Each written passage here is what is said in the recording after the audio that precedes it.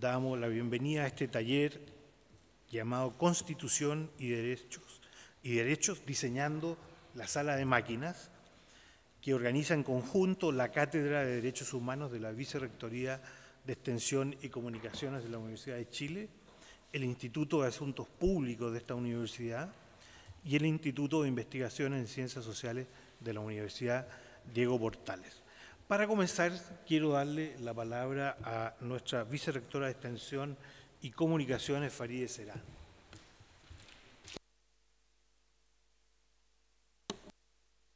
Gracias, Felipe. Muy buenas tardes. Sean todas y todos muy bienvenidos a este taller. Agradezco en primer lugar, a nombre de la Universidad de Chile, a Roberto Gargarella por aceptar esta invitación y acompañarnos hoy, cuando más que nunca se hace necesario mantener y profundizar el debate sobre nuestra legitimidad, democracia y soberanía. No solo estamos hoy en Chile en un momento histórico decisivo respecto a nuestra Constitución, sino que además nos encontramos en un escenario de deslegitimación de los poderes del Estado, una crisis de la forma de hacer política y en un año de elecciones presidenciales y parlamentarias bajo un nuevo sistema electoral.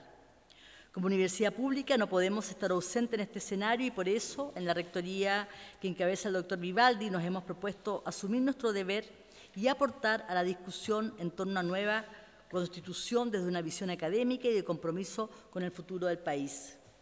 Este taller, que será registrado y subido a nuestro sitio web como un material abierto a la comunidad, se suma a otros importantes esfuerzos como los emprendidos por la Facultad de Derecho, el Instituto de Asuntos Públicos y otras unidades académicas, como la publicación también en Revista Anales, la revista académica más antigua de América Latina, del volumen titulado Democracia y Proceso Constituyente, o la recién inaugurada muestra de nuestra sala Museo Gabriela Mistral, que ya algunos de ustedes pudieron ver recientemente, Momento Constituyente del Pueblo a la Ciudadanía, ¿no? y que además invitamos cordialmente al resto de los participantes a este taller para que puedan visitar esta importante muestra. Como Cátedra de Derechos Humanos, alojada en esta vicerrectoría, hemos puesto el foco en este proceso porque entendemos la necesidad de instalar en el debate no solo el mecanismo a través del cual logremos una nueva Constitución legitimada por todos y todas, sino que principalmente su contenido. Seguimos atentamente la fase participativa de consulta e invitamos a distintos actores de la academia y la sociedad civil a debatir sus resultados. Las bases ciudadanas en el panel Derechos Humanos y Nueva Constitución, el debate que viene, que realizamos en el mes de enero, donde pudimos constatar que en las 4 instancias de participación, consulta individual, encuentros locales autoconvocados, cabildos provinciales y cabildos regionales, entre los temas que quedaron siempre priorizados dentro de los 7 más relevantes para las personas está el respeto y protección a los derechos humanos fundamentales. Lo que les invitamos entonces a abordar hoy es aquella complejidad existente para resolver la relación entre derechos humanos y la institucionalidad del poder estatal. ¿Es posible consagrar nuevos derechos en la nueva Constitución? ¿De qué forma se asegura la garantía de aquellos derechos? ¿Tiene la estructura de nuestro Estado la institucionalidad necesaria para ello? ¿Qué lugar tendría la participación ciudadana, el poder popular en este nuevo ordenamiento? Son algunas de las interrogantes que dejo abiertas para dar inicio a este taller. Muchas gracias por la presencia y el aporte de cada uno de ustedes. Muchas gracias, Farideh. Bueno, la verdad que Roberto no necesita una presentación.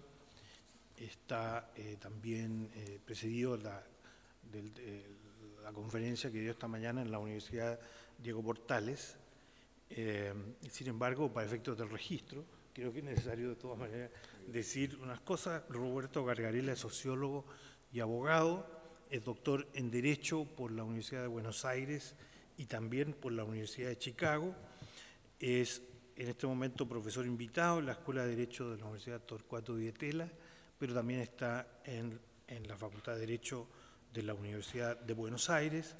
Ha sido profesor visitante en una cantidad de lugares que sería muy largo de mencionar, tanto en América como en otros países del norte, y es un autor también de numerosos libros propios y coeditados que también serían demasiado largos de enumerar, y solo voy a mencionar entonces algunos: La Sala de Máquinas de la Constitución, 2 siglos de constitucionalismo en América Latina, editado por Katz en Buenos Aires, que tiene también una versión en inglés. Es coautor de Courts and Power in Latin America and Africa, autor de The Legal Foundations of Inequality, una publicación de Cambridge University Press, y más recientemente, creo, Castigar al prójimo, por una reformulación democrática del derecho penal, entre varios otros trabajos. Entonces, es para nosotros realmente un orgullo poder iniciar esta serie que hemos diseñado en conjunto con la Universidad Diego Portales, en particular con el ICSO, Claudio Fuentes, que está aquí, con el ánimo de mantener viva la discusión que sea una contribución al debate constitucional, ya que está planteado un cierto proceso con fines inciertos, pero que hay que ir alimentando desde el punto de vista académico y también desde el punto de vista intelectual público, por ponerlo así. Vamos a contar también con los comentarios de Claudia Hayes y de Patricio Zapata, que vamos a presentar en un momento, y el proceso entonces va a ser así. Nos habla Roberto, comentan Claudia y Patricio, luego tomaremos un pequeño break para un café y aprovechamos de rebobinar todo el sistema de grabación y volvemos entonces para darle curso a esta conversación informal sobre los temas que nos plantea Roberto y que estamos todos interesados, inmersos como estamos en el debate constitucional. Roberto, todo tuyo. Muchísimas gracias, estoy también muy honrado de estar aquí con colegas a los que conozco y aprecio y admiro la labor que hacen, que han hecho.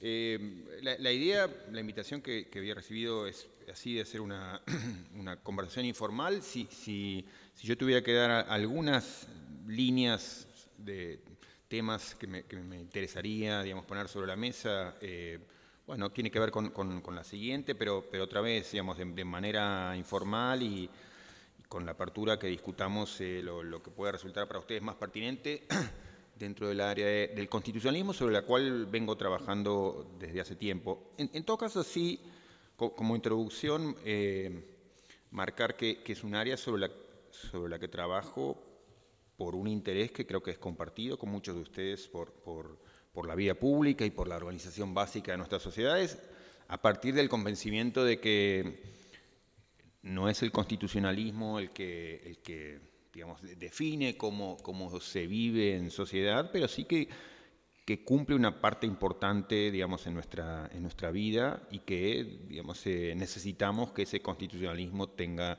la mejor forma para que en la pequeña porción de influencia que puede tener, digamos, haga el mejor aporte posible. En ese contexto, o sea, asumiendo digamos, la potencia y los límites que son propios del constitucionalismo, hace muchos años que vengo trabajando sobre el constitucionalismo regional a partir de algunas preocupaciones específicas, ¿no? Muchas veces trabajo a partir del enojo, digamos, y yo siento que aún hoy, digamos, estoy con cierto enojo en relación con el modo en que se ha ido desarrollando el constitucionalismo latinoamericano, entre otras cosas porque íntimamente advierto, digamos, la potencia que hay en la creación y modificación constitucional y veo los límites tan estrechos, tan cercanos, digamos, en cómo se desarrolla el constitucionalismo. Como nota a pie de página, digamos, si uno toma el problema más actual de Latinoamérica estos días, bueno, el caso de Venezuela es simplemente una ratificación de lo que está detrás de mi presentación, y es aún un político que desarrolla una práctica, digamos, muy de violencia, apelaciones y de respeto al derecho, bueno, pero hace apelaciones que son centrales al constitucionalismo porque reconoce que allí hay algo importante y que además la ciudadanía local y los extranjeros saben que allí, advierten allí algo importante. O sea, y eso ha sido una constante en toda América Latina, la de los gobernantes, aún los más autoritarios, hacían ese llamado a la Constitución. O sea, reconocemos que allí hay algo importante. O sea, y entonces bueno, no es solamente la obsesión de uno como jurista o interesado en el derecho, sino que hay algo, digamos, que reconocemos. ¿Qué es lo que yo creo que reconocemos? ¿Qué es lo que la promesa de la Constitución? Yo creo que es esto del contrato entre iguales, ¿no? Del pacto entre iguales. Y yo creo que por un lado esa promesa de igualdad se ha ido deshonrando de distintos modos. Para decirlo de modo muy veloz, yo veo en la historia del constitucionalismo latinoamericano, digamos, en la que he aprendido mucho, o sea, en la que he encontrado enorme riqueza, veo como dos preocupaciones últimas que estuvieron con nosotros, o sea, en la historia latinoamericana desde un comienzo, y que lamentablemente veo que han sido deshonradas de un modo u otro, ¿no? Las preocupaciones yo lo pondría en términos así más actuales, que no son a lo mejor que lo que se usaban en el momento, pero la preocupación esa doble preocupación por la autonomía individual y el autogobierno colectivo. La idea de la autonomía individual parece como muy abstracta, pero digamos, desde el primer momento nuestros países estaban partidos por cuestiones como qué lugar darle a la cuestión religiosa, qué papel reservar en la relación Estado-Iglesia, qué influencia permitir que la Iglesia tuviera en la educación. O sea, el tema de la autonomía individual, de la libertad individual, de la libertad de pensamiento, de la libertad de conciencia, está con nosotros desde el minuto uno. Como está la idea, que también en términos sofisticados o más abstractos podemos hablar como de autogobierno colectivo, es la idea, digamos, de nos damos nuestras propias leyes, es la idea de taxation without representation, es esa idea de el llamado a alguna manera relevante de la soberanía popular. Y creo que de distintos modos, decía, se deshonraron esos dos ideales. Yo creo que en muchos de los escritos constitucionales del conservadurismo hubo un desafío a ambos ideales por las convicciones de las que partían. Los trabajos que aquí hacía Egaña, los trabajos que hacía Lucas Alamán en México, los trabajos que hacía el conservadurismo peruano, el trabajo que hacían, digamos, las primeras constituciones colombianas de Caro y Ospina, digamos, ese pensamiento era un pensamiento que, por un lado, desafiaba la idea de la moral privada, la libertad de elección en cuanto al proyecto personal, porque asumían que el Estado debía estar comprometido con una visión que podemos llamar de perfeccionismo moral, ¿no? Aquí graficado hasta el extremo con lo que fuera el Código Moral de Egaña, pero digo, simplemente fue una casi caricatura de ese compromiso que muchas de las autoridades centrales de Latinoamérica tuvieron con que el Estado asumiera un papel directivo, perfeccionista si se quiere, en materia de moral privada. Y lo mismo en materia de autogobierno colectivo, digamos, fue claro digamos, en las expresiones centrales de los principales conservadores latinoamericanos, que, bueno, una idea que en distintos modos se siguió manteniendo hasta las dictaduras recientes. El pueblo no está preparado para gobernarse, habrá que educar primero para que luego podamos abrir al voto popular. Yo siempre cito digamos, el que fuera presidente de Ecuador en 1869, García Moreno, ¿no?, frente a la Convención Constituyente, diciendo, bueno, aquí las dos grandes misiones de mi tarea como líder político, y que van a ser las dos grandes misiones de la Constitución que ustedes van a hacer, ¿no? Los dos objetivos que tenemos son el de alinear nuestras instituciones de acuerdo a las creencias, digamos, propias del catolicismo y establecer el orden contra la anarquía. Y esa idea, que es la idea de la cruz y la espada, que es la idea de, digamos, intervención del Estado en cuestiones de moral privada y, digamos, la imposición de la fuerza, el orden a través de la fuerza, son muy centrales en lo que ha sido la historia del conservadurismo latinoamericano. En distintos modos, pero ha sido muy central, digamos, desde el momento la cruz y la espada, hasta lo que podía estar expresando en su tiempo García Moreno o lo que expresaron los conservadores latinoamericanos en el siglo XX. Entonces, en el conservadurismo yo veo un doble desafío a ese doble ideal, ¿no? de la autonomía individual y el autogobierno colectivo. El liberalismo, yo creo que en su mejor versión en América Latina, presentó proyectos que, a mi entender, honraban o querían honrar o decían honrar o pretendían honrar, y en muchos casos lo hicieron, y en muchos casos lo hicieron de modo heroico, sobre todo el ideal de la autonomía individual, ¿no? Y cuando se peleaban, cuando las disputas eran, digamos, inclusive en la batalla entre liberales y conservadores, y los liberales, digamos, peleaban por una sociedad nueva que tuviera entre sus valores la libertad, que tuviera libertad de creencias, cuando los conservadores los enfrentaban con la idea de religión o muerto. Bueno, era esa batalla que los liberales como pocos supieron dar. Pero yo creo que el modelo constitucional que los liberales, sobre todo los liberales del siglo XIX, pero no solo, impulsaron, fue un modelo comprometido, insisto, de modo heroico con el ideal de la autonomía individual, pero yo creo que en sacrificio de, o aún al costo de, el ideal del autogobierno colectivo, digamos, y las constituciones liberales fueron en buena medida eso. Y si uno lee a Bello, si uno lee a Alberdi, figuras geniales, figuras extraordinarias, figuras heroicas en un punto, pero también ve eso, digamos, ve la disposición al sacrificio de las libertades políticas, de la soberanía popular. Como decía Alberdi, digamos, no es el tiempo, hoy es el tiempo de otra cosa, digamos, es el tiempo de pensar el constitucionalismo de otro modo. Luego vendrá la apertura política, luego vendrá la cuestión social, pero no es este momento. Bueno, sin hacer el juzgamiento, lo que digo es que muchos proyectos conservadores en América Latina desafiaron ambos ideales, el de la autonomía individual y el autogobierno colectivo, con sus razones.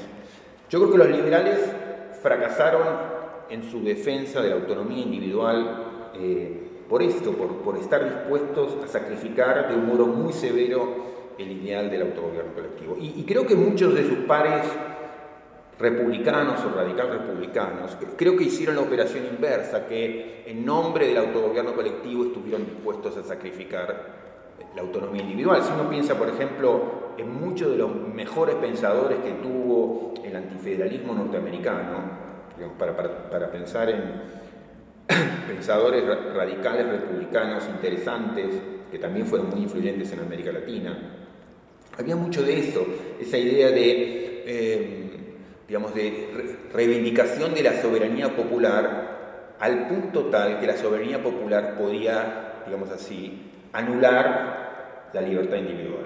O sea, en el establecimiento religioso, bueno, y curioso, porque, digamos, podían llegar a defender, como defendían los antifederalistas norteamericanos, el establecimiento de una religión, no en nombre de que era la religión correcta, sino que era la religión querida por la mayoría o suscrita por la mayoría. O sea, en nombre de la soberanía popular podía sacrificarse la autonomía individual.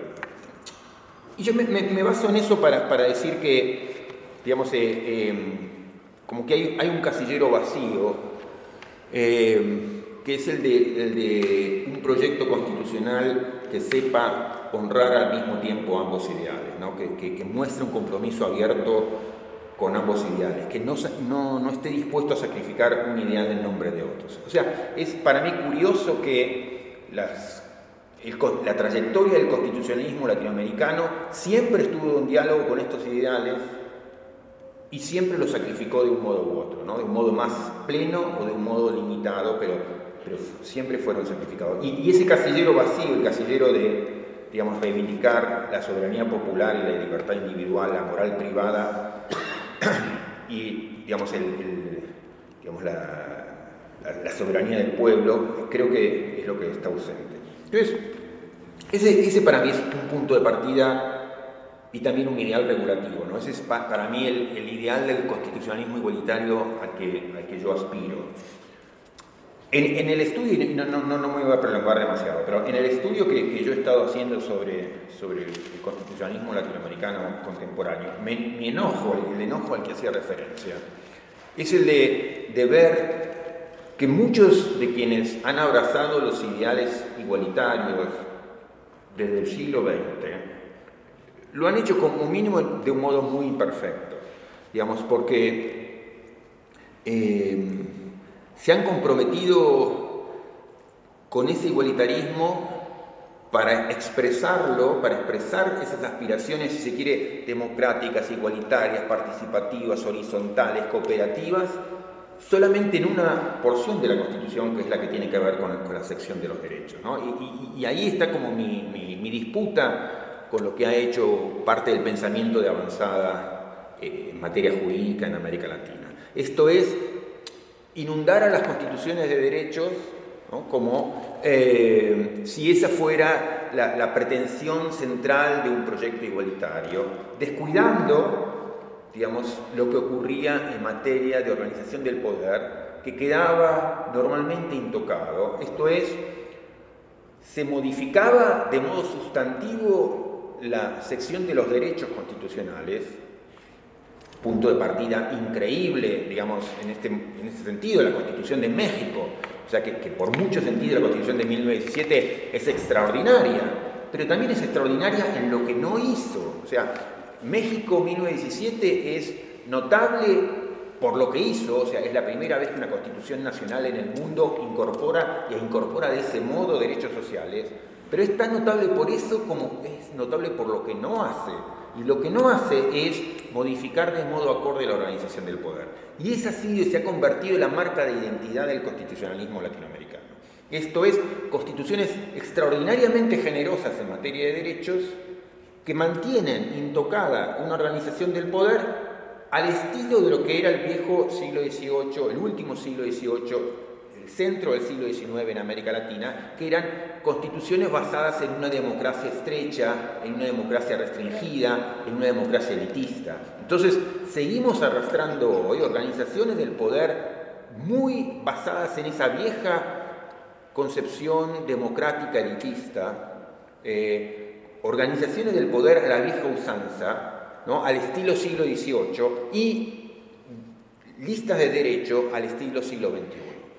Si uno mira el último, digamos, la última oleada del constitucionalismo regional, o sea, los últimos años del siglo XX, comienzo del siglo XXI, ve ese proceso intensificado, reafirmado y digamos, exagerado. Por eso es que yo llamo al nuevo constitucionalismo un constitucionalismo demasiado viejo. O sea, porque lo que se llama nuevo es en realidad, digamos, la versión exagerada de la que ya se hacía a comienzo del siglo XX. Otra vez, la idea del reforzamiento extraordinario de las listas de derechos, por ejemplo, en este último caso, con listas de derechos humanos. El caso de la Argentina es, si se quiere, un caso de la exageración hasta el extremo, que es todos los derechos humanos que había suscrito Argentina hasta ese momento pasan a tener estatus constitucional, todos. Esto es como si todos los derechos que circularan en el mundo, que fueran imaginables, que fueran verbalizables, que fueran expresables, allí iban a estar en la Constitución argentina. ¿Qué se hacía mientras tanto con la organización del poder? Nada. Quedaba tan limitada como en el primer minuto. Y entonces tenemos, si uno mira la doctrina constitucional interesantísima latinoamericana en todos estos años, ve infinidad de textos sobre el enforcement de los derechos sociales, la puesta en marcha de los derechos sociales, la similitud, la equiparación entre derechos sociales y derechos, digamos, de primera generación, digamos, la intervención judicial. Pero está todo muy bien, pero es como que nos ha pasado por adelante el elefante de la organización del poder y no lo hemos querido mirar. Digamos, y es esto de ver a cantidad de colegas extraordinarios usando lo mejor de sus energías en las convenciones constituyentes en las que han tenido oportunidad de participar en Bolivia, en Venezuela, en Ecuador, en Argentina, en Colombia, y toda la energía puesta en cómo incorporar nuevos derechos. Yo siempre cuento la misma anécdota de cuando me tocó visitar la Convención Constitucional de Ecuador en Montecristi. Yo había sido invitado como experto en participación popular y entonces me mostraron lo que luego se convertiría en Constitución ecuatoriana, que era, digamos, lo que llamaba la nueva rama del poder, que era toda la rama participativa, una cantidad de derechos infinitos, digamos, de la participación popular. Y uno ingenuamente, yo le decía, pero esto es extraordinario, pero asumo que modifican de modo acorde la parte de la organización del poder.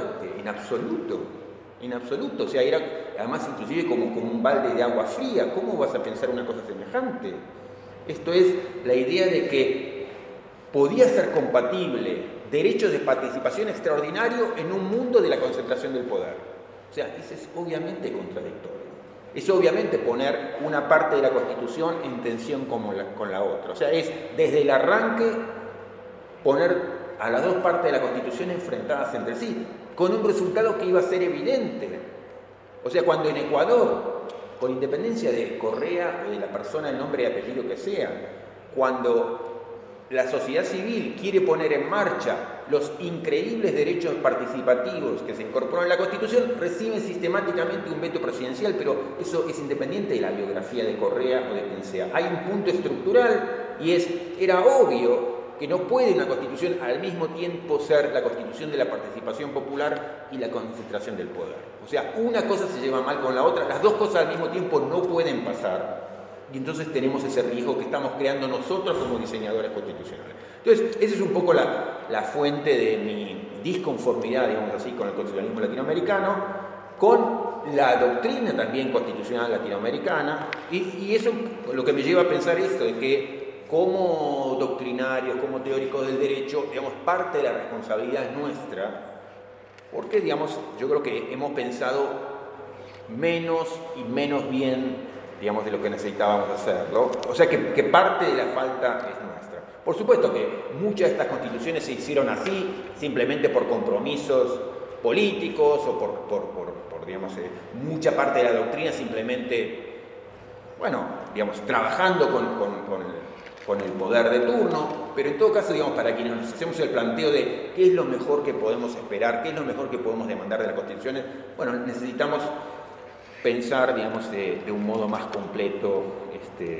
más crítico, el desarrollo constitucional. Entonces, eso me parece que hay una tarea pendiente, que no es simplemente lo que no teorizamos, sino lo que teorizamos mal, ¿no? Lo que pensamos poco críticamente. Entonces, nada, yo usé la metáfora esta de la sala de máquinas de la Constitución para graficar el problema de cómo, digamos, en nuestra reflexión constitucional sigue, digamos, conviviendo pacíficamente con esa situación de la organización del poder, de las palancas del poder constitucional cerrado. Por supuesto que la sala de máquinas es una metáfora que habla en sentido específico de la Constitución, pero por supuesto que la sala de máquinas un poco yo la pienso en términos como lo podría pensar Rawls cuando habla de la estructura básica de la sociedad. Pero bueno, en todo caso, la Constitución tiene un papel importante allí que jugar. Entonces, eso, yo creo que para quienes estamos comprometidos con un proyecto constitucional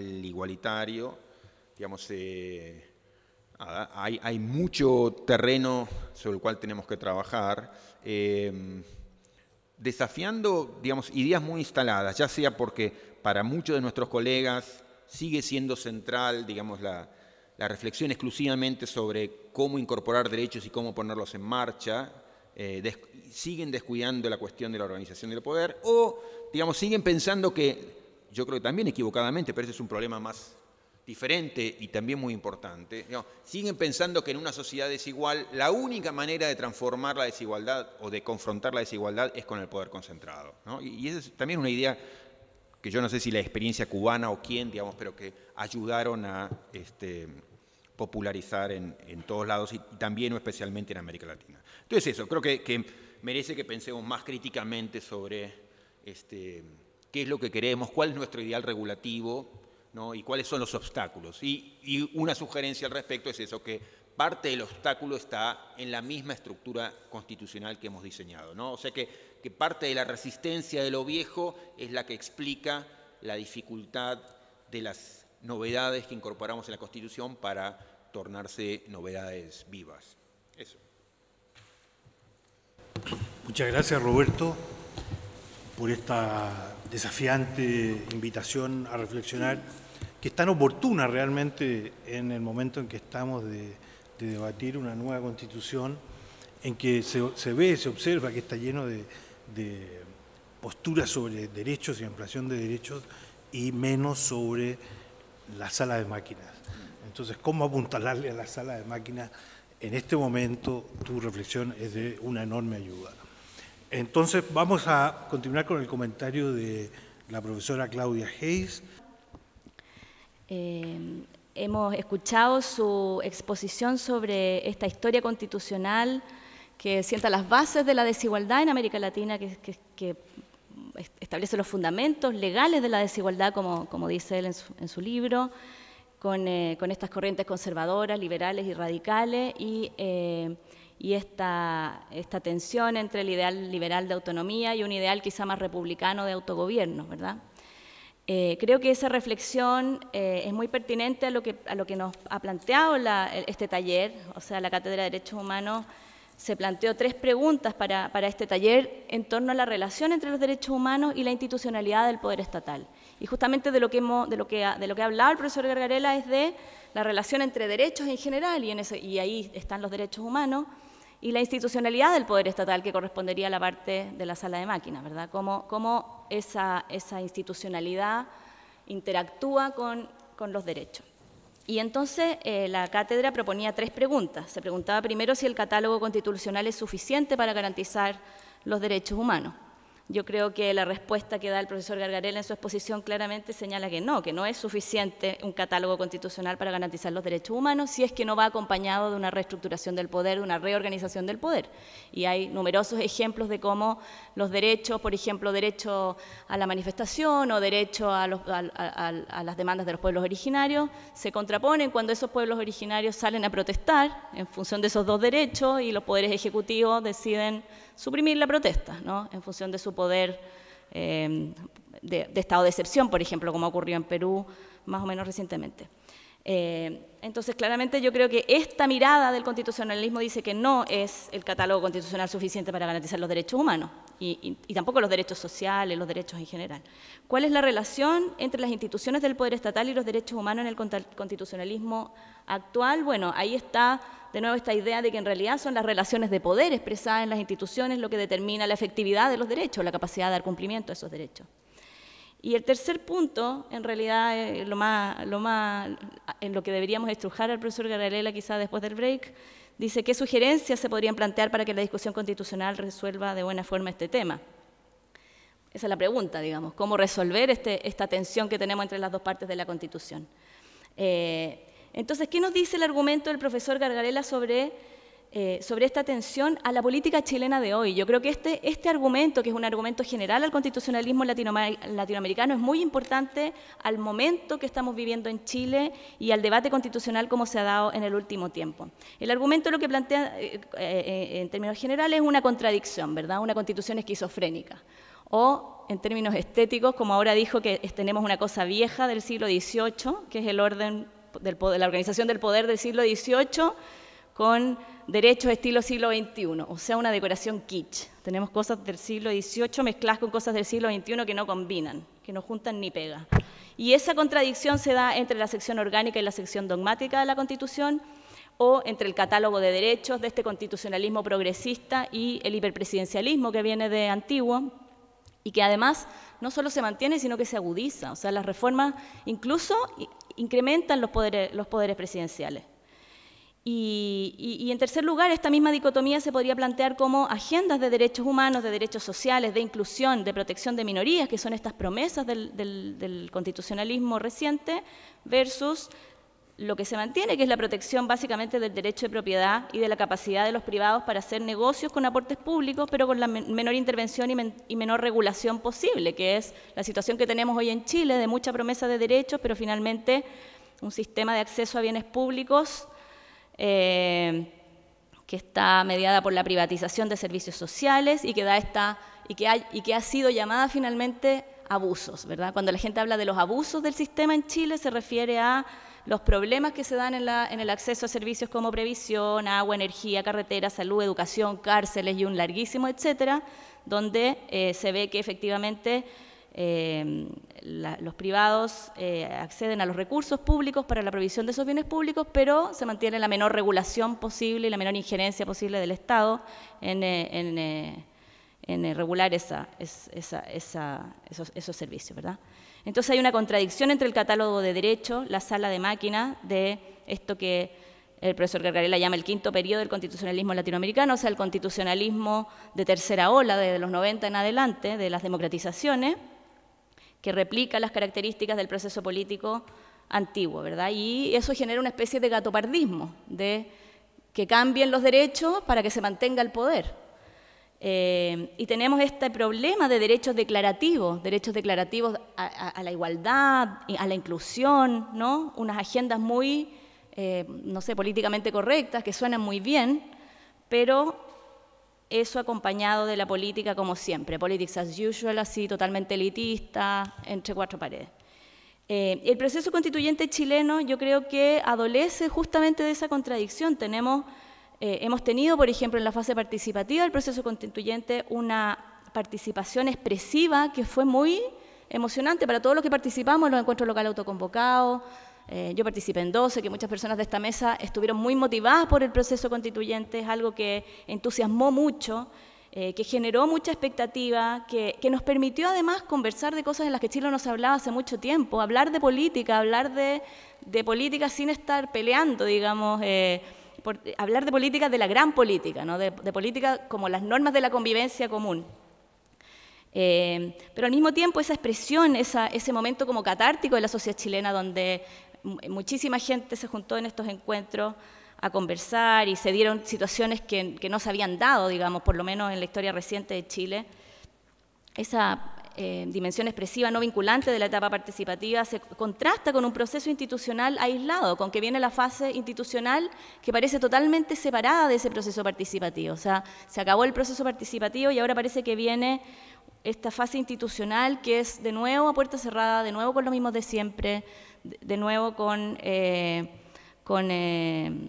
el Congreso como está, digamos, con el Congreso que además ha sido elegido con el binominal, que tiene muy escasa legitimidad, a pesar de que es cierto que la idea de que el próximo Congreso va a ser elegido con un sistema más proporcional podría cambiar un poco esa situación. Pero de alguna manera quiero decir que yo estoy segura, o sea, mi pregunta es, yo estoy segura que hay muchas personas que trabajaron en el proceso constituyente, muchas personas de la nueva mayoría que honestamente quieren una nueva constitución, incluso les gustaría que hubiera una asamblea constituyente. Entonces, ¿qué pasa? Que seguimos reproduciendo esa dinámica. ¿Qué pasa? Que parece haber como una especie de autopreservación de la forma en que funciona el poder, una dinámica del poder que dificulta el cambio constitucional. Entonces, la pregunta respecto de esto es, quizá, ya entrando al área chica, a la parte más estratégica, cómo aumentar los costos políticos de cara a la ciudadanía de mantener esta contradicción en el tema constitucional. La encuesta CADEM, bueno, y muchas otras encuestas, pero esta es la que encontré, ha mostrado que la ciudadanía, a la gente cuando le preguntan, en general, ¿usted diría que este proceso de cambio a la Constitución es un tema para los chilenos y el país en general? Bastante prioritario. En octubre del año 2015 había un 51% que lo consideraba muy prioritario. En abril del 2017 es un 68% de las personas que lo consideran muy prioritario, casi el 70% de la gente. Los que lo consideran poco o nada prioritario han bajado del 26% en octubre del 2015 al 15% en 2017.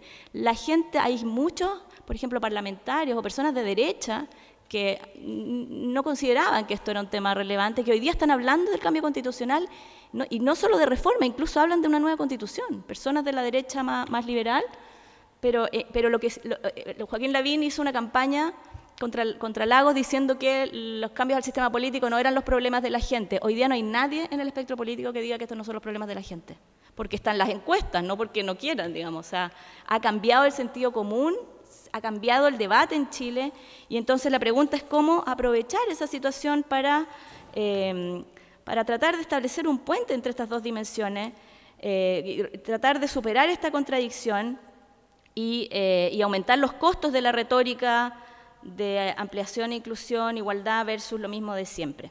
Voy a aprovechar el final de mi intervención para pasar un aviso. El lunes en este mismo edificio vamos a inaugurar un observatorio del proceso constituyente en el que ha colaborado el Instituto de Asuntos Públicos. que es de la Fundación de Red de Estudios para la Profundización de la Democracia y con apoyo de la Fundación Ford. Y el objetivo de ese observatorio es dar visibilidad a los debates constitucionales que se están dando en Chile y al debate no solo de los proyectos de ley que se están viendo hoy día, como por ejemplo la reforma del capítulo 15 o la modificación del quórum de las leyes orgánicas que se está discutiendo ahora en el Congreso, sino la discusión pública y además tratar de ponerlo disponible en inglés en un sitio web para que las personas que están mirando el proceso chileno desde fuera también puedan participar en la discusión, también puedan opinar y tengamos un debate un poco menos aislado y provinciano. Muchas gracias. Comenta ahora Patricio Zapata. Comienzo agradeciendo al Instituto de Asuntos Públicos, al Instituto de Investigación de Ciencias Sociales de la Diego Portales, a la Vicerrectoría de Extensión y Comunicaciones por organizar esta actividad y por invitarme. Realmente hablo lento, voy a hablar bien rápido porque tengo muchas cosas que me gustaría compartir y quiero ser breve. Primero, para mí estar acá es un tremendo déjà vu, porque fue en esta misma sala que durante todo el año pasado, durante 40 lunes, sesionó el Consejo de Observadores, por gentileza del doctor Vivaldi, y fue en este mismo espacio físico que un grupo, no todo lo plural que debió haber sido, pero razonablemente plural, donde habían jugadores profesionales de fútbol, artistas, como ustedes saben, abogados, constitucionalistas, comunicadores sociales. Intentamos hacer una contribución para que hubiera una buena conversación, una conversación honesta, abierta, como creo que la hubo. Así que para mí es una coincidencia muy feliz que nos estemos reuniendo acá, digamos. Fue un año completo de compromiso. A ver, la invitación que viene haciendo el profesor Gargarella hace varios años ya, a que pensemos nuestros problemas con una mirada continental, a que identifiquemos los factores comunes y después veamos cuáles son las especificidades. La verdad es que es increíblemente útil para aprovechar de la experiencia. A mí me pasa lo siguiente, yo estoy absolutamente de acuerdo hace mucho tiempo que hemos descuidado lo que él llama la sala de máquinas. Yo tengo muy fresco el recuerdo de una conversación en el Departamento de Derecho Constitucional de la Católica, éramos 25 profesores, y la rectoría le pidió a los profesores de Derecho que pensaran qué curso de Derecho debíamos ofrecerle a los estudiantes de otras carreras para que lo pudieran convalidar. ¿Cuál era el curso más interesante que nosotros podíamos ofrecerle a un estudiante de periodismo, de arquitectura, de medicina? Y uno a uno, los profesores de la facultad del Departamento de Constitucional empezaron a competir en hipérbole de por qué tenía que ser el curso de Derechos. Porque los derechos son lo más importante. Tengamos claro, el discurso y la retórica de los derechos no es solo tan hegemónica en la izquierda, también lo es en la derecha. Los profesores que así se excitaban eran más bien profesores conservadores de la Universidad Católica, no eran luchadores de los derechos humanos de la Vicaría de la Solidaridad. Pero yo no escuchaba esta hipérbole, porque la dignidad de la persona humana, los derechos. El último en hablar fue el más viejo, en esa época todavía, que era don Alejandro Silva Bascuñán, que murió a los 101 años, y don Alejandro dijo, no, el curso más importante, el curso que nosotros tenemos que llevarle a los jóvenes de otras carreras, es el curso sobre cómo funcionan nuestras instituciones republicanas. Cómo funciona bien, regular o mal el Congreso. Cómo funciona bien, regular o mal el gobierno local, la presidencia. Pero en los tiempos del neoconstitucionalismo, en los tiempos de la euforia retórica, eso lo perdemos de vista muy impresionantemente, lo perdemos de vista. Pero traigo esa anécdota a colación para que vean que es un problema bien transversal. Porque yo creo que cuando Roberto se refiere a esos muchos colegas suyos que aparecen quizá ensimismados, monotemáticamente, debe estar pensando, me imagino, más bien a profesores progresistas, digamos. Yo quiero decir que ese mismo problema a veces uno lo observa en círculos conservadores, más allá de lo que uno puede pensar sobre la fidelidad o no del discurso. Ahora, a mí me gustaría que, ojalá pudiéramos, en la segunda ronda, y me encantaría escuchar a Roberto, que aterrizáramos un poquito cuando hablamos de sala de máquinas, de qué tipo de cosas estamos hablando. Porque yo por lo menos me sentiría poco satisfecho si fueran algunas de las cosas que él ha mencionado. Él cita en este libro y uno de los artículos que nos entregaron para preparar esta conversación, algunas cosas que han ocurrido en Colombia recientemente o a propósito de la forma en que se puede poner en movimiento la sala constitucional en Costa Rica, que efectivamente le permiten a más personas, a personas que pertenecen a grupos más marginales o más marginados, entrar, dice, asomarse, tocar la puerta de la sala de máquinas y decir hola, o entrar un ratito. A mí lo que me pasa cuando pienso en la sala de máquinas, yo pienso en dos cosas que para nosotros en Chile son re importantes. Una, la descentralización política, en la que estamos claramente mucho más atrás que el resto del continente. No es que el resto del continente esté mejor que nosotros, no es que funcione demasiado bien el regionalismo o el federalismo en Brasil, en Argentina, o el regionalismo en Perú, ¿no? Pero nuestros niveles de concentración territorial son simplemente únicos. Y el Congreso. Yo quería simplemente proponerle una pequeña reflexión sobre el Congreso. Porque el problema no es el presidencialismo, el problema es el gobiernalismo, no sé cómo llamarlo, porque nosotros nos quejamos de que el presidente en Chile tiene mucho poder, pero en Francia Pierre Rosanvallon se queja de que el gobierno tiene mucho poder y los alemanes se quejan que Angela Merkel tiene mucho poder. Los gobiernos tienen mucho poder, por una serie de razones. Entonces, a mí no me convence mucho que la solución de resolver eso sea pasar del presidencialismo al semipresidencialismo o al parlamentarismo, si vamos a seguir teniendo unos gobiernos monstruosos.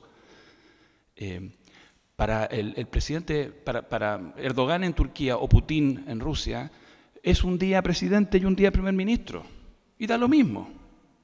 Ese no es el tema, es la concentración en el gobierno. Y ambos, Putin y Erdogan, se han pasado de un cargo a otro. Entonces, seguir pensando que el problema es que necesitamos un primer ministro en Chile y con eso vamos a resolver el problema de la concentración del poder me parece un error. El Congreso jugó un papel muy importante en la historia política chilena. Fue un factor y un foco de progreso y de conquista de derechos. A diferencia de lo que ha pasado en otros países donde hay una Corte Suprema que saca un fallo importante, Brown versus Board of Education, un tribunal español que echa abajo legislación caduca y obsoleta sobre derechos sexuales o sobre la igualdad o sobre hijos legítimos y ilegítimos. Aquí en nuestro país ha sido el Congreso, una y otra vez. Desde las leyes sociales desde el principio del siglo XX a las leyes de reforma agraria, ha sido el Congreso. ¿Cómo repensar un rol para un Congreso más robusto que cumpla esa función en los tiempos que corren? Donde parece cada vez más difícil pensar en eso. Hay signos alentadores. El Economist, y estoy apurándome lo más que puedo, el Economist de hace un mes llamaba la atención sobre el fracaso, decía, de las institucionalidades y las asambleas legislativas latinoamericanas por reclutar o convocar a jóvenes líderes sociales, a jóvenes combatientes sociales o jóvenes intelectuales públicos, que para ellos simplemente no era una opción, ni en México, ni en Perú, ni en Argentina, ni en Brasil. Y llamaba la atención que en Chile hubiéramos logrado que muchos de los jóvenes que se destacaron en la lucha social el año 2011 entraran al Parlamento y pudieran entrar al Parlamento. Y no pienso solamente en los de izquierda. O sea, hay una posibilidad, pero claro, ¿cómo se hace eso en los tiempos que corren? Y aquí la última idea. Claro, el Parlamento tiene que hacer un ajuste muy brutal. El liberalismo político construyó un conjunto de prácticas, un conjunto de hábitos, de costumbres, que permitió que el Parlamento ocupara un lugar central en la política. La política democrática se suavizó por la influencia moderadora de la representación liberal, y vino Edmund Burke y dijo, ustedes me eligen, pero no soy un mandatario de ustedes, yo delibero y razono. Y todo parece indicar que la política democrática está volviendo a tener la crudeza, la rudeza de la democracia ateniense. A mí siempre me pienso, la política democrática de la Atenas del siglo VI a.C. era brutal. si te iba mal, el ostracismo, todos los grandes caudillos democráticos, Temístocles, Milcíades, Pericles, o pasaban arrancándose o volvían un rato. Era muy ruda la política. Todo lo que nosotros vemos en términos del bullying, de la funa, de la rabia, del escracheo, el no respeto por... Eso no es necesariamente malo. No es necesariamente malo. Es algo más directo, es algo más... Pero claro, el Parlamento como institución aparece tan desfasado, y nos permitimos incluso a veces entre nosotros mismos hablar del Parlamento con desprecio. Hablamos de la cocina. La cocina, la expresión que usamos en Chile para referirnos a una cosa aparentemente oscura en que hay unos pocos iniciados, privilegiados que deciden por el resto. No valoramos lo que significó haber cambiado el sistema binominal. No observamos. Es un logro realmente trascendental. Va a permitir que el próximo Parlamento tenga muchas más mujeres, va a asegurar eso, romper contra todas las resistencias de los clubes de Toby, va a permitir que haya una pluralidad política mucho mayor que la que tuvimos durante 25 años del gris, del binominal. Pero si no invertimos en el Parlamento, si lo estamos constantemente despreciando, estamos agregando una dificultad adicional a la que ya tiene. O sea, si vamos a pensar en sala de máquinas, yo quiero que hablemos concretamente, vamos a hablar de gobiernos regionales más autónomos, vamos a hablar de un Congreso más fuerte. O sea, la gente que supo de esto y entendió de esto, Madison, Jefferson y Hamilton, hablaban de esas cosas, digamos. Esa era la discusión de la sala de máquinas. Entonces yo me encantaría escuchar de Roberto, pensando un poco el tipo de cosas que él cree que pueden contribuir a que tengamos un progreso constitucional, unos derechos más fuertes, unos derechos más arraigados. Y si él piensa que los parlamentos todavía tienen una oportunidad o derechamente hay que pensar que son parte del museo nomás. Gracias, muchas gracias. Tomo una línea común a ambos que es el pensar en un poco las tuercas y tornillos, digamos, de qué cosas podemos hablar en la práctica si estamos interesados en cambios en la sala de máquina. Como son temas en los que vengo trabajando hace mucho y que me entusiasman mucho, podría hablar horas, así que tengo que contenerme. Pero digamos, sobre todas las piezas de la Constitución a mí me gustaría decir cosas. Un criterio general es que es... Bueno, primero, el criterio general del criterio general. O sea, creo que hay principios con los que pensar la reorganización. El criterio de la sala de máquinas a mí me importa, como me importa, digamos, la afirmación de ese doble principio de autonomía individual, autogobierno colectivo. Yo creo que un constitucionalismo igualitario tendría que orientarse en líneas de lo que hoy se llama, digamos así, como constitucionalismos más orientados al diálogo, y hay mucha experiencia, mucha práctica interesante que ha ido apareciendo aquí y allá en esa línea, ¿no? Por ejemplo, audiencias públicas, por ejemplo, digamos, procesos de consulta obligatoria a grupos particularmente afectados. Un poco lo decía esta mañana, sin embargo, yo soy un enorme entusiasta del camino de un constitucionalismo más dialógico, pero al mismo tiempo, digamos, trato de no ser ingenuo y por eso soy un poco escéptico sobre estas experiencias de las cuales soy entusiasta, porque me parece que, otra vez, por una cuestión de la estructura constitucional, creo que, y es un poco lo que decía hoy a la mañana también, nuestra estructura constitucional, al menos en su mejor versión, tuvo éxito en algo que fue, lo que yo diría, contener la guerra civil, canalizar institucionalmente la guerra. Y yo creo que ese fue un gran mérito del constitucionalismo, digamos, americano, pensando también en el norteamericano.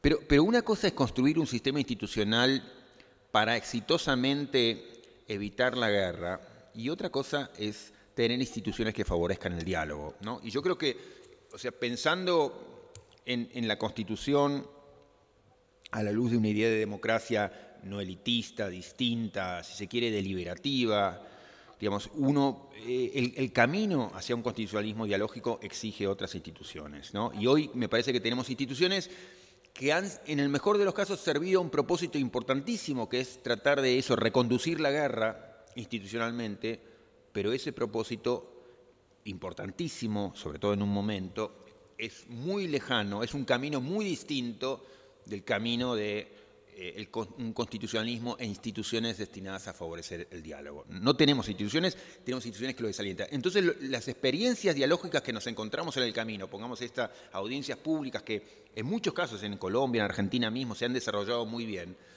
a mí no me generan mayor esperanza porque veo que son finalmente totalmente discrecionales. La Corte colombiana como la Corte argentina, cuando quieren convocan estas audiencias, cuando no quieren no las convocan, no sabemos por qué las convocan, por qué no las convocan, qué hacen con lo que fue convocado, cómo se traduce eso luego en las decisiones, qué toman y qué no toman de lo que ocurre en las audiencias. Entonces es esto, el resultado es, seguimos siendo, en este caso como en muchos otros, dependientes de la buena voluntad y la discrecionalidad de quienes toman la decisión. Entonces, yo creo que lo mismo uno puede pensar en cómo fue aquí el proceso, digamos, de creación de la Asamblea Constituyente o de la convocatoria de la Asamblea Constituyente. O sea, hablábamos recién, yo creo que otra vez,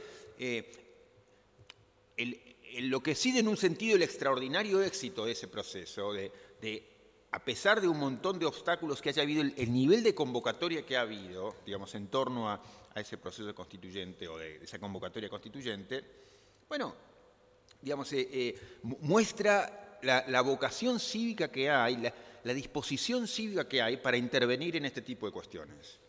Ahora bien, me parece que en este caso, como en los otros casos que mencionaba, como el de las audiencias públicas, bueno, tenemos que son procesos que siguen dependiendo muy decisivamente de la discrecionalidad y de la buena voluntad de aquellos que la convocan. Entonces, ojalá que sepan usar bien estos asuntos, ojalá que tengan a bien disponer de lo que hemos dicho, ojalá que lo tomen en serio, pero no es ese el modo en que, digamos, en una comunidad de iguales tenemos que manejarnos, ¿no? Entonces, seguimos siendo, en el mejor de los casos, digamos, estando dependientes de lo que es la buena voluntad y la discrecionalidad, ¿no? El que convoca tiene la posibilidad de cerrar la misma llave que abre. Entonces, abre cuando quiere, cierra cuando puede, y eso es inaceptable en términos de una creación horizontal y en un diálogo horizontal. Luego, habría mil cosas para decir, digamos, de cada institución. 2 o 3 apuntes, digamos, a vuelo de pájaro sobre temas que requieren muchísimo más y sobre el cual me gustaría hablar en algún momento más. Sobre la crítica al hiperpresidencialismo. Para mí es fundamental, pero el único punto que haría por el momento, de lo mucho que me gustaría decir, es el mundo institucional no merece ser dividido entre presidencialismo y parlamentarismo. Hay vida más allá del presidencialismo-parlamentarismo. En línea un poco con lo que también señalaba Patricio, que es, yo creo que el problema principal es la ruptura, el desvínculo entre ciudadanos y representantes. Entonces, el cambio que tú decías, digamos, la crítica al gubernamentalismo, así, yo voy en esa dirección, o sea, pienso en esa dirección también, porque es, si pasamos de presidencialismo a semipresidencialismo, parlamentarismo, bueno, yo creo que va a ser el mismo producto con aroma diferente, para decirlo de algún modo. Digamos. Va a ser el mismo problema. Yo voy a preferir siempre formas más parlamentarias que más presidencialistas, pero creo que, digamos, hay que aprender y tenemos que fijarnos que el mundo no se divide, el mundo institucional, en presidencialismo y parlamentarismo. Una nota sobre la cuestión judicial. Yo creo que ahí también se juega algo demasiado crucial.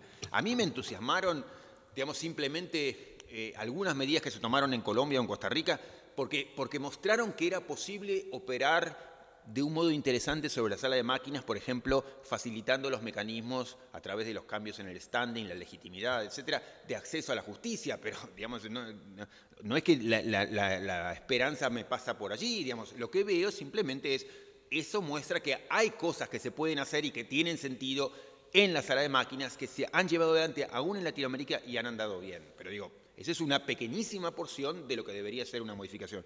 A mí, digamos, tradicionalmente me ha preocupado mucho el papel preponderante que tienen los tribunales en la interpretación constitucional. Y sobre eso, digamos, me preguntaban en qué ando escribiendo, algo de eso tiene que ver, digamos, yo creo que no puede ser que la interpretación constitucional siga estando capturada del modo que está capturada por los tribunales.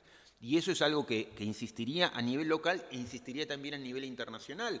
O sea, otra vez, otra de los nuevos mitos, digamos, otro de los nuevos ídolos del progresismo latinoamericano son los tribunales internacionales, pero otra vez, basados en la discrecionalidad, porque ocasionalmente algunos tribunales han decidido del modo en que uno querría que decidan. Entonces, otra vez estamos colgados en la buena voluntad de un instituto que un día nos puede favorecer y mañana, digamos, nos va a tomar la decisión en contra. Entonces, otra vez, yo creo que no es el modo de pensar la interpretación de la Constitución o la interpretación de la Convención Americana.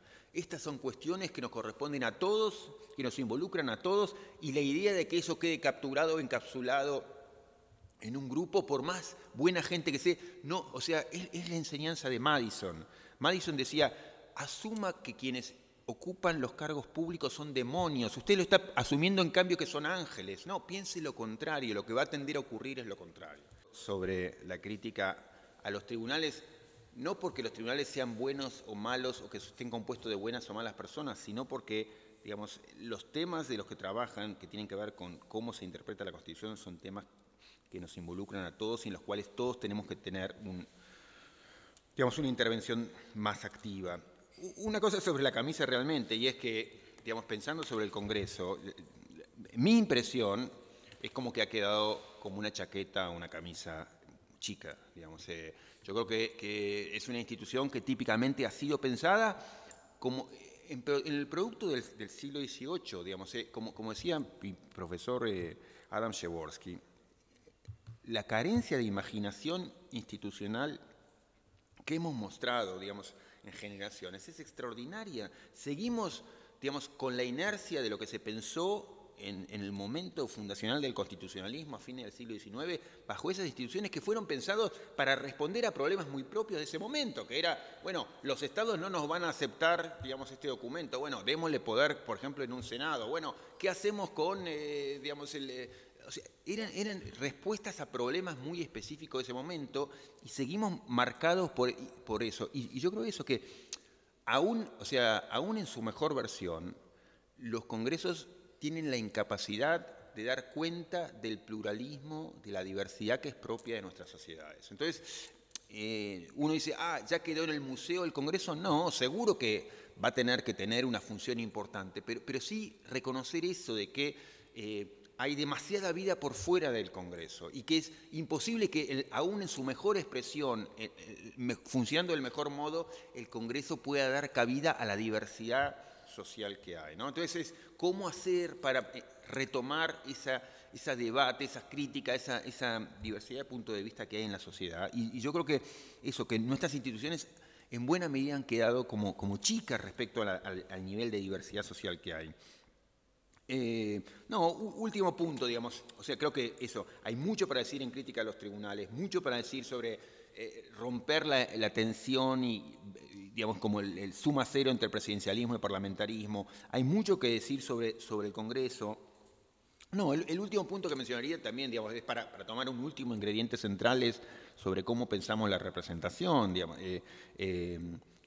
Tú citabas a Burke, digamos, y sí, yo creo que hay ahí como dos visiones en tensión sobre la representación. Burke decía, vótenme y después no me molesten más. Con algunas cosas que yo creo que parte de lo que decía era muy sensato, que era, no quiero ser esclavo, no quiero tener la soga en el cuello y tener que dejar de pensar una vez que me eligieron representante. Denme libertad para que yo pueda cambiar de opinión si encuentro una opinión distinta, interesante en mis otros colegas. Eso está bien, pero dio lugar a uno de los extremos, que es este desvínculo, del mismo modo en que él criticaba en ese momento a Kruger, digamos, y a sus opositores en ese momento que hablaban por el mandato, digamos, revocatorio y las instrucciones obligatorias, y decían, no, ustedes, digamos, van a ser esclavos de sus representados. Bueno, las dos versiones tenían un riesgo enorme. La de Burke es la que hoy padecemos, que es el desvínculo. La de sus opositores era, sí, efectivamente, que el representante fuera simplemente, como se dice, un puppet, una muñeca, alguien que habla simplemente por la voz de sus, lo que le han votado. Y yo creo que escapamos de este riesgo de convertir a los representantes en meras bocas que hablan sin pensamiento. Escapamos de ese riesgo, pero caímos en el riesgo opuesto, que es el riesgo del desvínculo, digamos, de los representantes que cuando se encuentran en la mesa de representantes y bueno, ven que que pueden hacer mucho negocio entre ellos, digamos, que pueden hacer muchas cosas que los beneficien a ellos mismos, digamos. Entonces, sí, otra vez, descansamos en la buena voluntad de representantes que ojalá, digamos, sepan trabajar por el interés público, pero los riesgos de que hagan otra cosa es enorme, no en Chile, no en Argentina, en cualquier lado. Digamos, es eso, otra vez vuelvo y termino con eso, lo de Madison. O sea, no puede usted pensar la institución como si la institución fuera a funcionar bien si estuviera ocupada por un ser angelical, virtuoso, digamos, con gran virtud cívica. Asuma lo contrario. ¿Qué pasaría si esa institución la ocupara un demonio? Si usted me responde bien, o sea, si usted diseñó una institución que funciona aceptablemente, aun si está ocupada por un demonio, esa es una buena institución. Y yo creo que muchas de las instituciones que uno pone en marcha o acepta o consiente son instituciones preparadas para funcionar con ángeles. Digamos, y bueno, entonces van las cosas como van. Muchas veces quienes ocupan esas instituciones no son ángeles. ¡Qué sorpresa! Digamos, Madison hubiera dicho, era lo que había que esperar en el primer minuto. Entonces, simplemente se equivocó en el diseño institucional.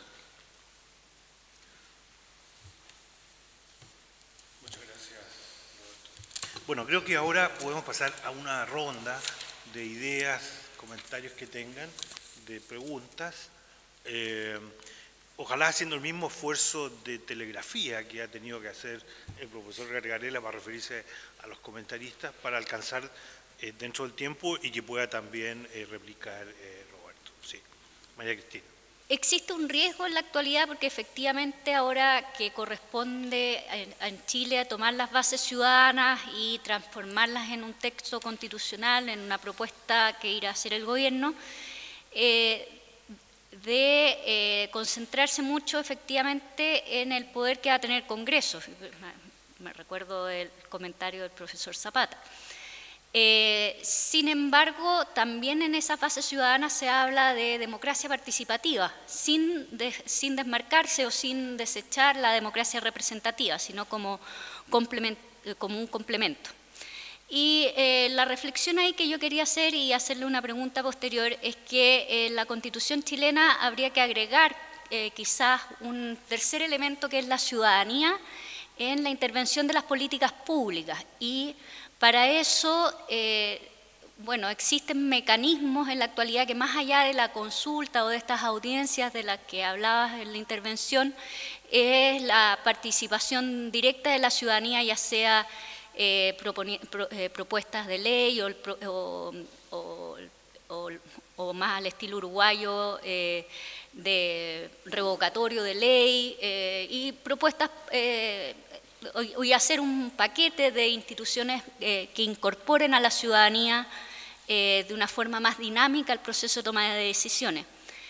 Y ahí, bueno, ahí sí viene un poco de innovación, o hay que mirar países que sí lo han ocupado con sus experiencias exitosas y también con las que no sirven, porque entregarle herramientas a los ciudadanos pueden generar muchas expectativas y también muchas decepciones. Y mi pregunta es, en ese contexto de incorporar a la ciudadanía, ¿qué experiencias podrías o ves que podrían ser positivas de incorporar en un sistema? Bueno, no creo que lleguemos a conversar sobre presidencialismo y parlamentarismo, sí que va a ser en un presidencialismo, bueno, pero eso es una visión general.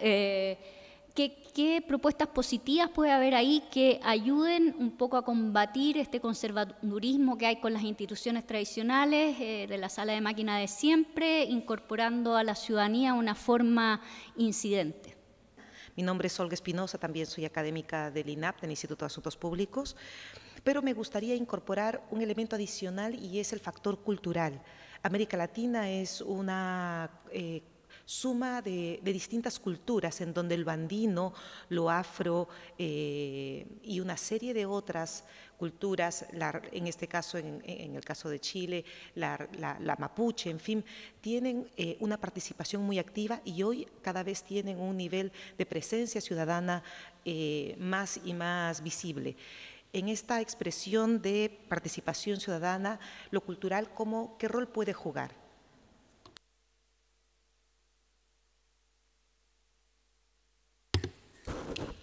Me siento ligeramente interpelado en el sentido de ser parte de los demonios, porque pertenezco a la institución más demoníaca del orden constitucional chileno, que es el Tribunal Constitucional. Así que, pero en el entendido de que el Congreso Nacional obró bien, en mi caso por lo menos, yo quisiera preguntar cosas como la siguiente. No quiero preguntar sobre los tribunales constitucionales, sino que sobre el corazón de la desconcentración del poder, porque una cosa son las instituciones, pero otra cosa son configurar instituciones a partir de los hechos, y yo tengo la impresión de que hay hechos que hace bastante tiempo partió esta conferencia sobre la idea o el taller sobre la idea de los límites del constitucionalismo. O sea, esto es una cosa que tiene ciertos límites, porque hay subdecisiones o estructuras que deciden por él. Y aquí hay 3 o 4 grandes desafíos que tienen que ver con el clivaje socioeconómico, que es muy poderoso en el país y que hace probablemente que hayan en Chile menos derechos de los derechos. O sea, el debate podría estar ahí también. En segundo lugar, el dilema sobre la tecnología y el impacto institucional, que tiene que ver con la organización del poder desde el desafío de la teledemocracia. Ahora que murió Sartori, un recuerdo por él, digamos, pero que es una ilusión que ha ido quedando en el camino.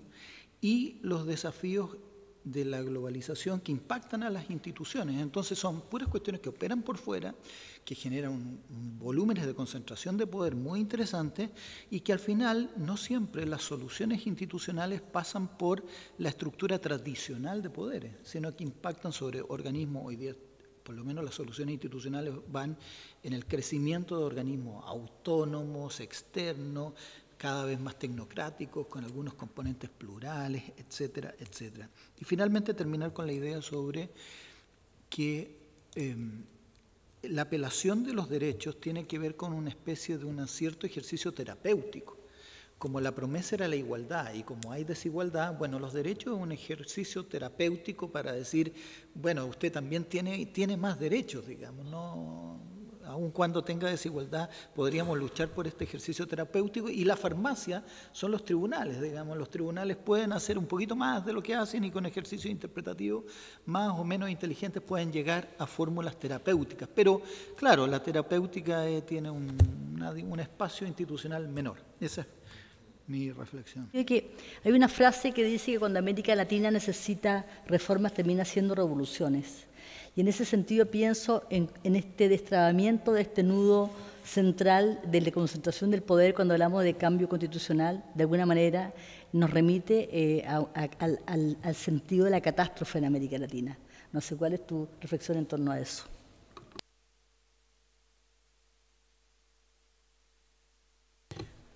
Bueno, quisiera agregar un comentario y medio de mi parte, aprovechando tu presencia acá. La primera es acerca del meollo de tu argumento en el sentido práctico, que es en el fondo del enojo, que hay una persistente incapacidad de escabullir el elefante. Ahora, cuando esa acción se hace tan persistente, agrava el problema, en el sentido que ya no es solo una cuestión de llamar a superarlo, porque está enquistado, es como parte de la propia entronización del poder. Entonces, la pregunta ahí es, ¿por qué? ¿Por qué los colegas escabullen eso? ¿Por qué está el énfasis solo en los derechos y no en la arquitectura del poder? ¿Qué es lo que está detrás de eso? Y eso tiene hay una background de toda esa discusión. Me acuerdo, por ejemplo, la noción de vacío teórico e ideológico de que hablaba en un momento Manuel Antonio Garretón. Creo que para referirse a los problemas de la unidad popular, de concebir este tránsito al socialismo, pero que no resolvía los problemas, había un vacío grande que no se sabía cómo hacer eso. Y luego, en un tema más sectorial, recuerdo que porque yo estudié en algún momento el tema de Fuerzas Armadas y Poder y todo ese tema, y me acuerdo que Alfred Stepan mencionaba que hay una incapacidad en la ciencia social para darle importancia a ese tema, como que todo se termina resolviendo en términos de los tres poderes clásicos, pero no se mira este gran poder fáctico en América Latina, y algo impide que los cientistas sociales también escabullen ese gran elefante. Y él lo atribuía a un bias liberal. Pero en fin, entonces, ¿cuál es el bias ahí? ¿Cuál es la causa? ¿Se trata de una especie de vacío teórico ideológico de los juristas, de los que piensan en el derecho y en la reforma? ¿O se trata quizás también de un compromiso político o de una suerte de inhibición frente a un poder tan... Porque en realidad atacar la sala de máquinas es una suerte de revolución, en el sentido, es muy fuerte lo que se ataca y son muy grandes los intereses. Entonces, ¿cuál sería en el fondo un listado de causas próximas o menos próximas en torno a esta cuestión, que yo creo que es importante tenerla más o menos clara para poder ver cómo resolverla? Bueno, ese es un tema. Y el otro es sobre la noción del nuevo constitucionalismo. Y ahí es una preocupación que he tenido desde cierto ángulo yo, que es, claro, que el nuevo constitucionalismo está planteado en términos de esta ampliación de derechos, ¿no es cierto?, que viene con esta ausencia y que tú más o menos retrotraes a la Constitución mexicana para adelante. Pero también hay otra manera y me imagino que habrá muchas maneras de ver nuevos constitucionalismos que quizás están subsumidos en esta gran matriz que tú presentas. Pero me refiero a que quizá una cuestión muy peculiar de América Latina y muy distintiva y muy claramente expresada en evoluciones constitucionales es el creciente reconocimiento de la diversidad, ¿no es cierto?, de varias diversidades, pero en particular de la diversidad étnico-cultural, y que tiene reflejos claros en nuevas constituciones. Y entonces me gustaría ver si tú ves eso solamente como parte de la ampliación de participación y de derechos, o lo ves también como una nueva matriz que incorpora algo nuevo de otro orden. En parte está vinculado, o lo que yo querría decir está vinculado con lo que veníamos hablando, y es que algunas de las cosas más interesantes que efectivamente ocurrieron en el constitucionalismo regional, yo coincido, digamos, han tenido que ver con poner atención en un área antes descuidada, que tiene que ver con algo tan central como la diversidad cultural, y yo creo que, digamos, ahí se han hecho, digamos, observaciones que eran necesarias, traducidas, por ejemplo, en compromisos constitucionales, bueno, en un punto exóticos, en un punto extravagantes, raros, digamos, como por ejemplo lo que fue el summa causae, digamos, los derechos de la naturaleza, cosas, bueno, digamos, exóticas en el mejor de los casos, pero digamos, simplemente para decir, un modo de entrar al problema de los muchos que hay es un modo que tiene todo que ver con lo que veníamos conversando. Doy un ejemplo, digamos, de lo más crudo posible. Cuando el año pasado el Tribunal Constitucional ecuatoriano le tocó interpretar el summa causae, dio la peor interpretación imaginable, digamos, ratificando el tipo de problemas que tenemos, no solamente con el tema de los tribunales, sino con este no tocar o mantener intocada la sala de máquinas. Si algo interesante había traído esa exótica, extravagante referencia a los derechos de la naturaleza, era la idea de incorporar un nuevo principio interpretativo que le dijera a los actores futuros, ojo que cuando pensamos en proyectos de desarrollo, etcétera, bueno, necesitamos otros principios más allá que el principio del mercado y la ganancia. Y bueno, era un modo, yo creo, de leer de un modo interesante, digamos, qué es lo que significaba esta cosa tan extraña como el summa causae. ¿Qué es lo que dijo el Tribunal Constitucional ecuatoriano? Y otra vez yo hubiera dicho de modo nada sorpresivo, frente a esa extravagante, pero bueno, finalmente digamos, atractiva idea de la summa causae, que es de lo más notable y raro que trajo el nuevo constitucionalismo latinoamericano, dijo, la summa causae es perfectamente compatible con el proyecto de extractivismo que está aquí en juego. O sea, bueno, entonces está bien. Si esto es si el summa causae es compatible con el extractivismo, bueno, entonces saquémonos el traje ya, vamos a divertirnos, tomamos un... O sea, se terminó todo. O sea, es directamente cualquier cosa. Hacemos cualquier cosa en nombre de la Constitución. No, digamos, fue un golpe... No es que uno iba a esperar, pero uno diría, bueno, algo... Digamos, si me toca trabajar sobre este caso, bueno, trato de ocultar, digamos, la parte de la Constitución que habla del summa causae. No, es perfectamente compatible extractivismo con summa causae. Entonces, esto yo creo que es, otra vez, la idea de podemos incorporar lo más exótico, extravagante, extraordinario en la Constitución, pero si estas instituciones que son las que van a decidir, por ejemplo, sobre cómo se lee la Constitución, siguen controladas bajo el poder concentrado y bueno, la decisión no se asuste, no se sorprenda si lo que hace es una decisión al servicio del poder concentrado. Entonces, otra vez yo diría, mire, si le interesaba la Constitución, en vez de hacer la tontería que hizo, mañana, digamos, trabaje sobre la parte de la sala de máquinas, que en una dirección muy obvia. Preguntabas, digamos, sobre causas, digamos.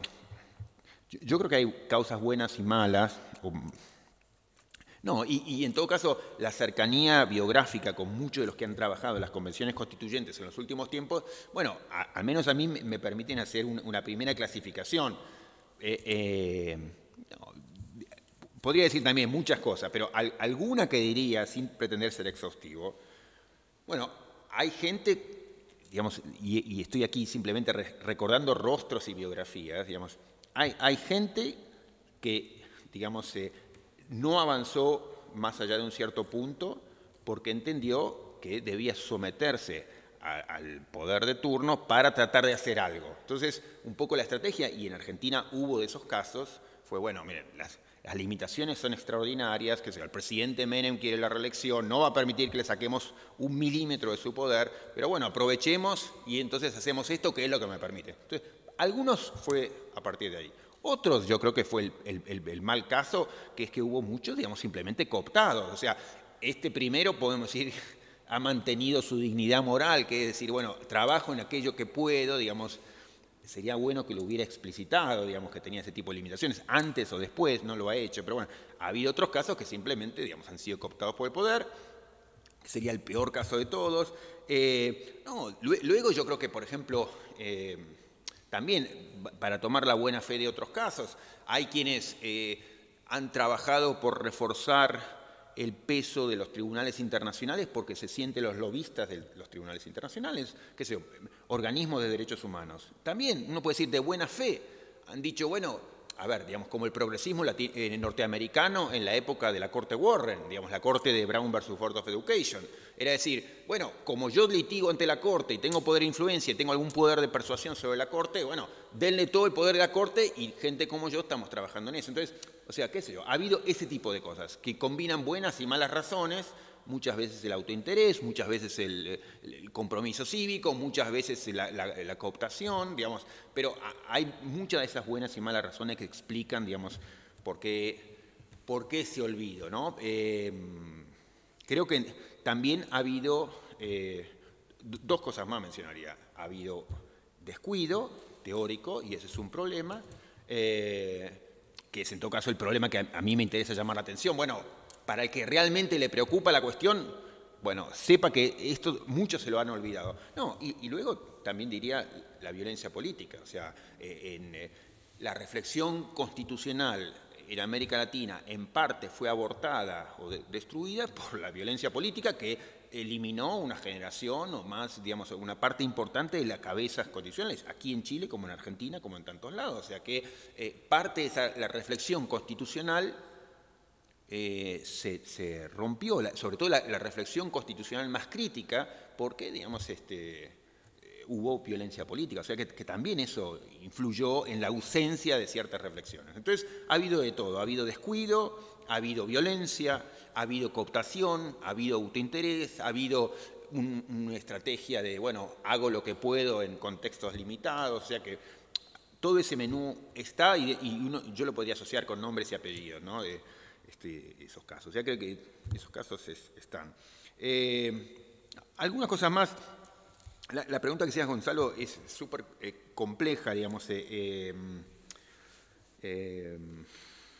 No, por supuesto que habría mil cosas para decir sobre lo que comentas, digamos. No, una es que efectivamente para entrar por algún lado hay mucha vida por fuera del derecho que aquellos interesados en el derecho tenemos que saber prestar atención. Entonces, qué sé yo, los medios de comunicación, la globalización de los poderes y del derecho también, la estructura económica. Entonces, hay mucho fuera de la Constitución que merece ser tomado en cuenta cuando pensamos en la Constitución. En todo caso, una nota a pie de página al respecto, y algo de eso decía también hoy a la mañana, es muchos de nuestros antecesores tenían esa constante de saber pensar en el derecho en vinculación con otras esferas de la vida pública, ya sea la economía, la sociedad, la cultura, que sea en referencia. Para decir algo, Thomas Paine tenía sus escritos sobre la Constitución, he sido como el redactor de la Constitución de Pensilvania y autor, digamos, de textos fundamentales sobre los derechos, etcétera, ¿no? de los derechos del hombre, etcétera, con sus escritos agrarios. Esto es, era natural que pensara en la distribución de la tierra y en la Constitución. Jefferson, exactamente lo mismo, Agrarian Writings, y, o sea, los escritos estudios agrarios y los estudios sobre la Constitución. Alberdi, sistema económico rentístico, o sea, junto con sus estudios sobre el comparado de la Constitución. Bello, o sea, está bien, era otra cultura, pero digamos, había esa certeza de que el derecho formaba parte de una serie de esferas que uno tenía que saber decir algo, o sea, que no eran esferas autónomas, ¿no? Ahí hay un punto importante, o sea, no pensar en la autonomía del derecho, ¿no? Ni en la fascinación de que todo lo cambia el derecho, no. El derecho es parte de una de las esferas que ayudan a entender, y si yo esto lo trabajo autónomamente como si no tuviera nada que ver con lo otro, y voy a perder información absolutamente importante. Entonces, yo recuperaría parte de tu comentario en esto, de la necesidad de pensar el derecho de la mano de otras reflexiones. O sea, eso, un Alberdi que escribe sobre la Constitución y al otro día escribe sistema económico rentístico es un buen ejemplo de esta idea. O sea, es absolutamente crucial. Si no, estoy errando el tiro. Si no, estoy perdiendo orientación, digamos. Entonces, esa reflexión más estrecha que hacemos hoy, yo creo que es parte del problema. Una línea solamente sobre Sartori y compañía. Yo creo que ahí hay un pensamiento que ha sido muy propio de la academia italiana, que por razones que uno puede entender, por lo que son el modo en que los medios de comunicación en Italia han intervenido en política y el modo en que han sido comprados por el dinero, cosas por el estilo, ha llevado a muchos, desde autores en ciencia política como Sartori, a autores cruciales en el derecho como Ferraioli, a pensar de modo muy escéptico sobre la democracia y sobre la intervención ciudadana en política. Yo soy muy resistente a ese modo de pensar y lo veo también como muy italiano, pero es un modo que tiene mucho impacto en América Latina y mucha de la reflexión, digamos, constitucional en América Latina está permeada por ese pensamiento que yo creo que es propio de la generación de los Ferraioli o de Zaffaroni en Argentina, que en el mejor de los casos y para reconstruirlo en su mejor versión, hay una mala versión, pero para reconstruirlo en su mejor versión, yo creo que tiene que ver con el drama del nazismo, digamos. O sea, es la generación que vivió sabiendo de lo que implicaba el drama del nazismo y entonces hicieron un vínculo entre nazismo, participación popular, el riesgo de que si abrimos mucho el juego terminamos en el nazismo. Bueno, entonces yo creo que es un problema del modo de pensar y una aproximación muy propia de una generación, digamos, que nos antecede a muchos, y que yo creo que hoy tenemos que mirar más críticamente, ¿no? Entonces, rescataría ese punto porque sé que influye mucho en el modo en que se piensa el derecho en América Latina y es un modo muy impactado por el drama del nazismo. Yo creo que nosotros tenemos otros dramas sobre los cuales, a partir de los cuales tenemos que pensar el derecho, y del nazismo tenemos mucha cosa que aprender en el sentido de a cómo resistir, pero pero no bajo la idea que abrumó a muchos de nuestros antecesores, que es, si abrimos un poco el juego político, terminamos en la democracia desbocada, el arrasamiento de los derechos, ¿no? Por eso Ferrajoli piensa en ese sentido. O sea, por un lado, restricciones en los modos de concebir la democracia y por otro lado, barreras tremendas de derechos que controlan los jueces. Sí, digamos, porque en la mejor versión que la hay, digamos, es el drama que gente como él vivió. Entonces, yo lo entiendo, pero no creo que merezca que pensemos el derecho hoy en esos términos, que es increíblemente influyente en toda América Latina. Y no sé si hay alguna cosa más. Bueno, sobre participación, un punto simplemente, y es este de, digamos, retomar aquella anécdota que yo contaba sobre Ecuador. Digamos, en la Constitución ecuatoriana se hizo una nueva rama de poder, todo dedicado a la participación popular.